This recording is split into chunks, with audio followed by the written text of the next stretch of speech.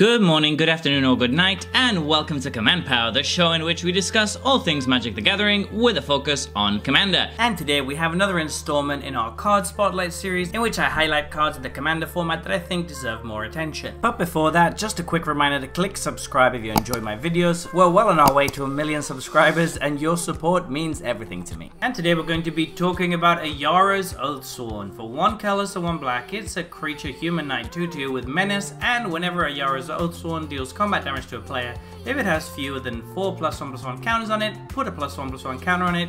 Then if it has exactly 4 +1/+1 counters on it, search your library for a card, put it into your hand, then shuffle. So this one stood out to me quite a little bit, even though again I haven't seen it mentioned very often because it is a little bit niche but very strong, as seems to be the theme with a lot of cards in this set. A 2/2 menace for 2 is pretty decent in black. It's a nice early game card that if you have a kind of deck with Grim Hireling or something like that can be pretty nice to get some early damage and get some treasure tokens in. And then it grows itself, which is obviously great as well. Getting the first hit in with this as a 2/2 immediately makes it a 3/3. That's obviously great.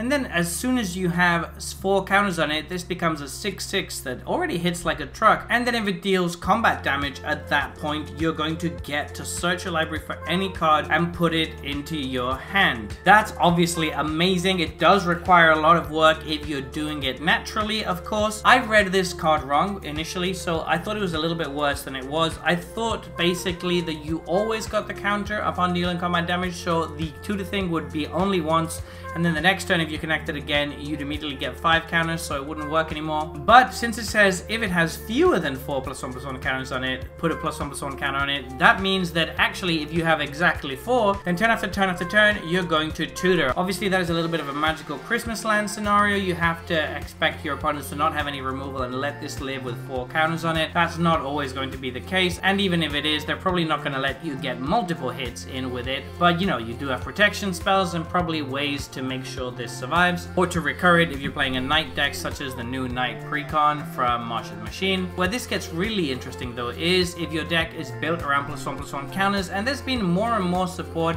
for black +1/+1 counters themes lately. In Strixhaven it became a thing. You have something like Felisa, Fang of Silverquill, or Brina the Demagogue, as well of course as Shadrix Silverquill. They're all going to be putting counters on your stuff, so it should be fairly easy to get counters on this.